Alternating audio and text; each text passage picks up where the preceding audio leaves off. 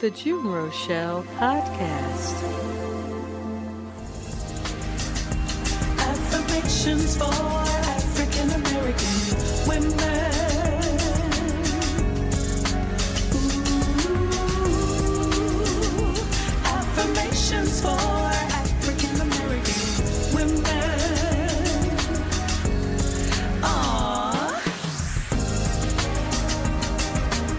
Have you ever been a control girl?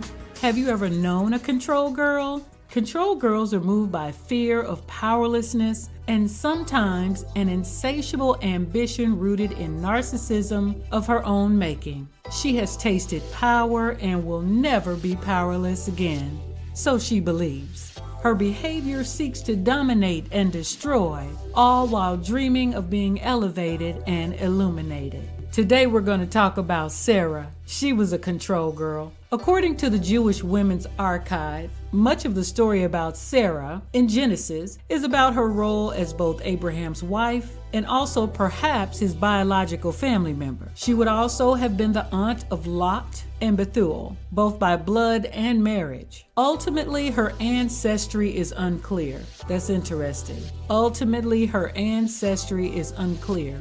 And during her 127-year life, she's enslaved in Egypt, foreshadowing Israel's later bondage, and is ultimately released after God sends plagues to Egypt. Now, we all know the story, or at least most people know the story, that Sarah is unable to have children for most of her life, and she goes on to use a young woman who's a slave by the name of Hagar to birth Abraham's first son, Ishmael. After 90 years, God opens up Sarah's womb, and she gives birth to Isaac, or the son that God promised Abraham. So after securing Isaac's position in the family as Abraham's heir, Sarah largely disappears from Genesis, but she is remembered as the ancestress of her people. In this expose on the controlling spirit operating in Sarah's life, let's get a glimpse of the story. We're going to pick the story up after Abraham was told to leave his country and go select a wife, or Sarah. So in Genesis 18, angelic beings appeared to Abraham. He ran to them and bowed down before them and referred to one of them as my Lord, and gave them the special treatment of hospitality with food and foot washing as it would have been custom during that day. He asked his wife Sarah, who was back at the tent, to prepare food, and he gave the food to the beings, and they ate the food, and they talked and asked Abraham. And this is notable. It was they, so they were all talking. They said, "Where is your wife?" And Abraham said, "She's over there in the tent." Then notice the difference in how the conversation changes. The scripture notes, then he said, it went from they said to he said, "I will surely return to you at this time next year, and behold, Sarah, your wife, will have a son."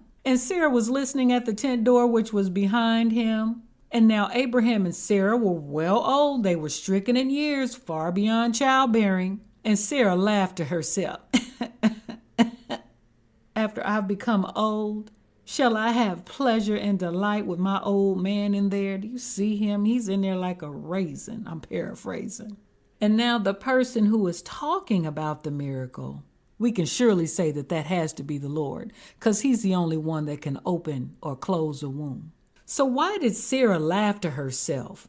Now someone's talking to Abraham, and that someone is identified as the Lord. Why did Sarah laugh to herself, saying, "Shall I really give birth to a child when I am so old?" Is there anything too hard or difficult or wonderful for the Lord? Now we know it's the Lord.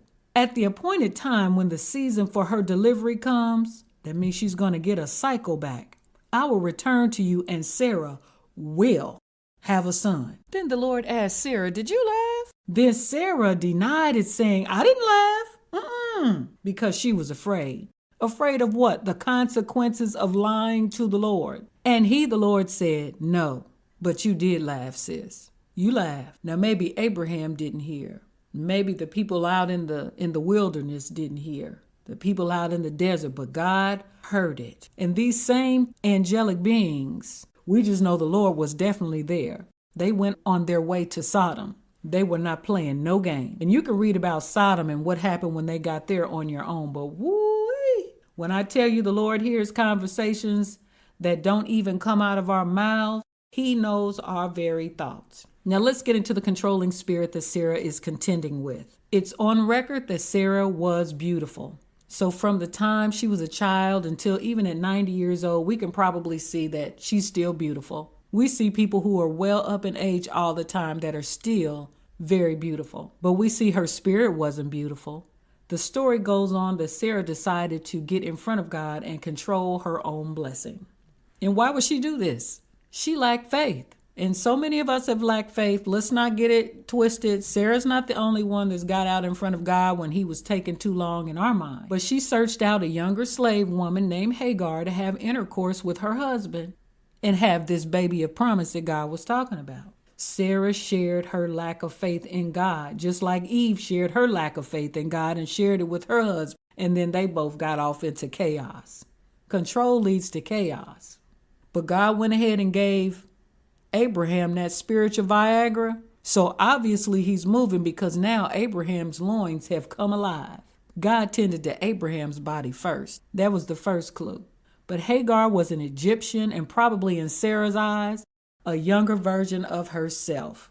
We would go on to see that Hagar was like her in more ways than one. So the story goes that Abraham conceived a child with Hagar. And when Hagar saw that she had conceived, she looked with contempt on Sarah. This had to have been a trigger for Sarah because she's been going almost a century with no child. So imagine all the looks that she got. Imagine all of the side eyes that she got. You so pretty, but you don't have a baby. That was Hagar's mistake. She got a blessing, and then she got the big head. And at that point in time, Sarah said, "Get her out of here." And Abraham sitting up here like, well, what? Wait a minute. You told me to, and I have a son, and you gonna what? And God said, just do what she says. Because how is the promise going to come down through chaos and confusion? God is not the author of confusion. But we see again, Sarah's control led to chaos and exactly that confusion. And here's the thing, she orchestrated it, but she didn't realize that after she orchestrated this whole ordeal, how it was going to fall out. She thought she knew what she was doing, but you can't play God. People don't make good gods. Husbands, don't let a controlling wife get you in trouble with God. Do the right thing, or else her control is going to lead to chaos in your life. Hagar followed her assignment, and she was weeping in the wilderness because she had to get away from Sarah. Sarah was too much, and the Lord had mercy on Hagar. She was weeping in the wilderness. Have you ever been in the wilderness through no fault of your own? Just seemed like one bad thing after one bad thing keeps happening, and you didn't do anything, just get up every day and go to work and trying to live your life.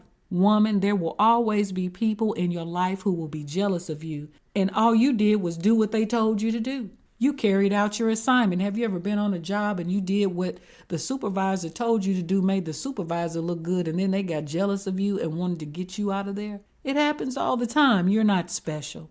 It happens to everyone. It's okay. Continue to be obedient. Continue to do the right thing. Hagar was weeping in the wilderness, and God heard her cry and took care of not just her needs, but the needs of her child, who had also done nothing wrong. God allowed that child to come so that it could be revealed to other women. Don't get in front of God.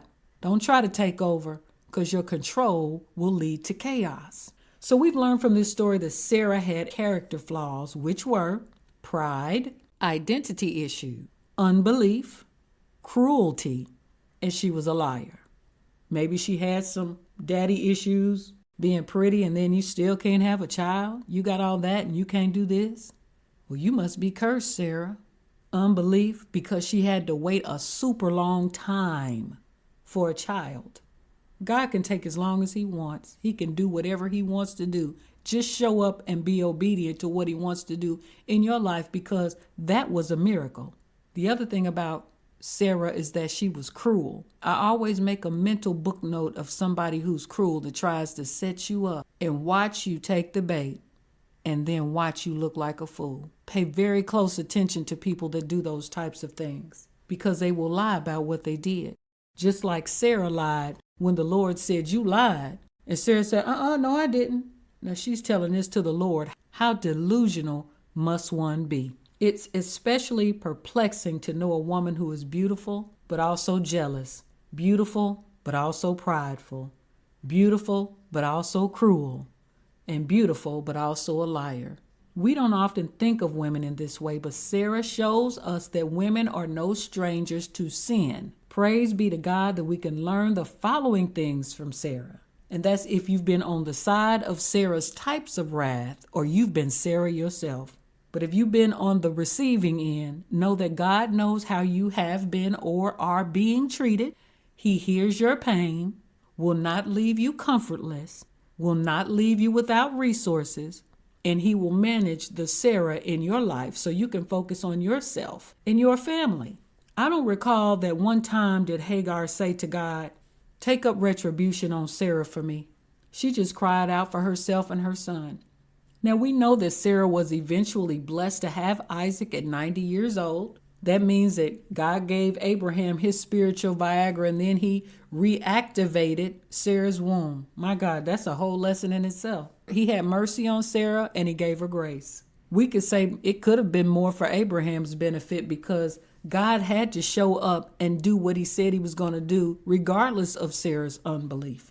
He opened up her womb after 90 years and Isaac had a mother for 37 years. Because we know, as stated, she died at 127.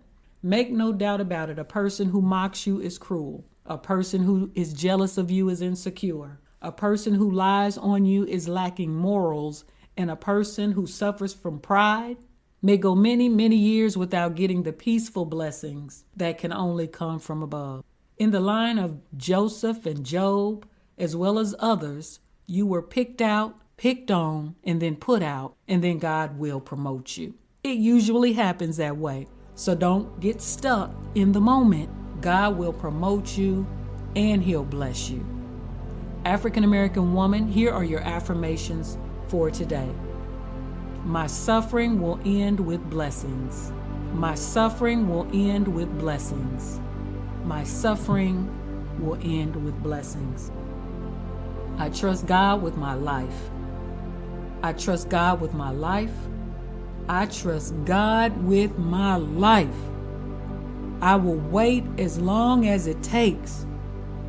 I will wait as long as it takes. I will wait as long as it takes. I will pray for wisdom and get it. I will pray for wisdom and get it. I will pray for wisdom and get it. I will pray for faith and get it. I will pray for faith and get it. I will pray for faith and get it. I will let God repay in his own way. I will let God repay in his own way. I will let God repay in his own way. I will hold no grudges. I will hold no grudges. I will hold no grudges. I will focus on doing good. I will focus on doing good. I will focus on doing good. I will be grateful. I will be grateful. I will be grateful. I will be thankful. I will be thankful. I will be thankful. Listen, you are loved. I want the best for you and for you to know that no matter what, you are not alone in any circumstance in life. Keep going, and I know that things will, and I say will, get better for you. So set your eyes on the better and keep a heart of gratitude for what is going well, even if it's the fact that you woke up today. You've been listening to the June Rochelle podcast, and if you would like some uplifting music, check out my songs on iTunes under June Rochelle. You'll be glad you did. Until next time, you are blessed. The June Rochelle Podcast.